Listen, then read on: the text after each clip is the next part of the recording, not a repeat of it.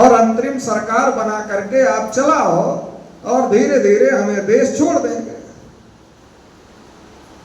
तो अंतरिम सरकार कौन बनाएगा? जो अंग्रेजों को भगा रहा है वही तो अंतरिम सरकार बनाएगा। तो अंग्रेजों को भगाने का काम कांग्रेस कर रही थी, तो कांग्रेस के लोगों को अंग्रेजों ने कहा कि आप अंतरिम सरकार बना लो। तो कांग्रेस के लोगों को अंतरिम सरकार बनाने के लिए कहा, तो कांग्रेस महासमिति में इस बात पर मंथन हुआ कि देश में पहला प्रधानमंत्री किसको बनाया जाए। जब इस बात को लेकर के कांग्रेस महासमिति में चर्चा हुई तो ये बात तय की गई कि जो इस बार कांग्रेस का अध्यक्ष चुना जाएगा वो देश का पहला प्रधानमंत्री बने। कांग्रेस का अध्यक्ष चुनने के लिए कांग्रेस में चुनाव हुआ, देश में चुनाव नहीं हुआ, कांग्रेस में चुनाव हुआ कि कांग्रेस पार्टी का अध्यक्ष कौन बनेगा। जो कांग्रेस पार्टी का अध्यक्ष बनेगा वो देश का पहला प्रधानमंत्री बने। तो जब कांग्रेस पार्टी में चुनाव हुआ किस बात को लेकर, अध्यक्ष पद को लेकर, तो सरदार वल्लभ भाई पटेल चुनाव जीत गए। नेहरू जी को वोट नहीं मिले। तो जो कांग्रेस महासमिति में तय हुआ था उसके मुताबिक जब सरदार पटेल चुनाव जीत गए अध्यक्ष का, तो सरदार पटेल को देश का पहला प्रधानमंत्री बनना चाहिए था अंतरिम सरकार का। लेकिन नेहरू जी को यह बात अच्छी नहीं लगी कि सरदार पटेल प्रधानमंत्री बनेंगे। नेहरू जी की ये इच्छा थी कि हमें ही देश का पहला प्रधानमंत्री बनना है। तो नेहरू जी ने गांधी जी से कहा होगा, तो इसलिए गांधी जी ने जो जेबी कृपलानी जो संचालन कर रहे थे उनको कहा कि सरदार पटेल को चिट्ठी लिखकर दे दो, पर्ची लिखकर दे दो कि सरदार अपना नाम वापस ले। तो जेबी कृपलानी जो संचालन कर रहे थे, जैसे यहाँ कोई ज्यादा देर तक बोलेगा तो संचालक पर्ची पर लिखकर देता है कि समय थोड़ा कम है, थोड़ा जल्दी खत्म करिए। तो वैसे ही जेबी कृपलानी संचालन कर रहे थे।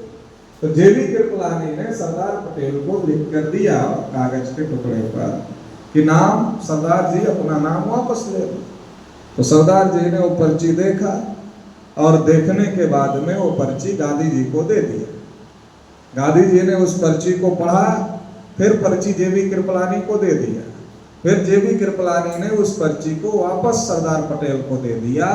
और इस प्रकार से गांधी जी की इच्छा की वजह से, गांधी जी के दबाव की वजह से सरदार वल्लभ भाई पटेल ने अपना नाम वापस ले लिया और 1947 में अंग्रेज देश छोड़कर गए और 1946 में पंडित नेहरू देश के पहले प्रधानमंत्री बन गए। पहली जनगणना अंग्रेजों के जाने के बाद आजाद भारत में 1951 में हुई।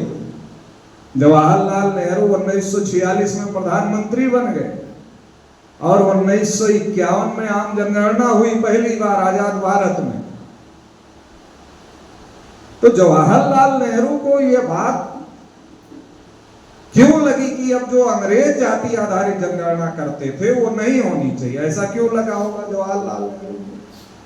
तो जवाहरलाल नेहरू ने सोचा होगा कि जो कांग्रेस पार्टी है वो हमारे पूर्वजों ने, चटर्जी, मुखर्जी, बनर्जी, गोखले, तिलक, आगरकर, ये ब्राह्मणों की टाइटल है। तो इन ब्राह्मणों ने मिल करके कांग्रेस पार्टी की स्थापना किया। जिस कांग्रेस पार्टी की स्थापना चटर्जी, मुखर्जी, बनर्जी, गोखले, तिलक, आगरकर ब्राह्मणों ने मिलकर किया और अंदरूनी कांग्रेस का यह लक्ष्य रखा कि आजाद भारत में ब्राह्मणों का कब्जा करवाना है, आजाद भारत पर ब्राह्मणों का वर्चस्व स्थापित करना है, ये इंटरनली टारगेट कांग्रेस का था। ओपनली क्या था? अंग्रेजों को देश से भगाना है, देश को आजाद करना है, ये ओपन टारगेट है। और अंदर का टारगेट क्या था? कि जब अंग्रेज देश छोड़कर जाएंगे तो सबको सबका हक नहीं मिलना चाहिए, तो ब्राह्मणों का देश पर कब्जा करवाना है, ये छुपा हुआ लक्ष्य था।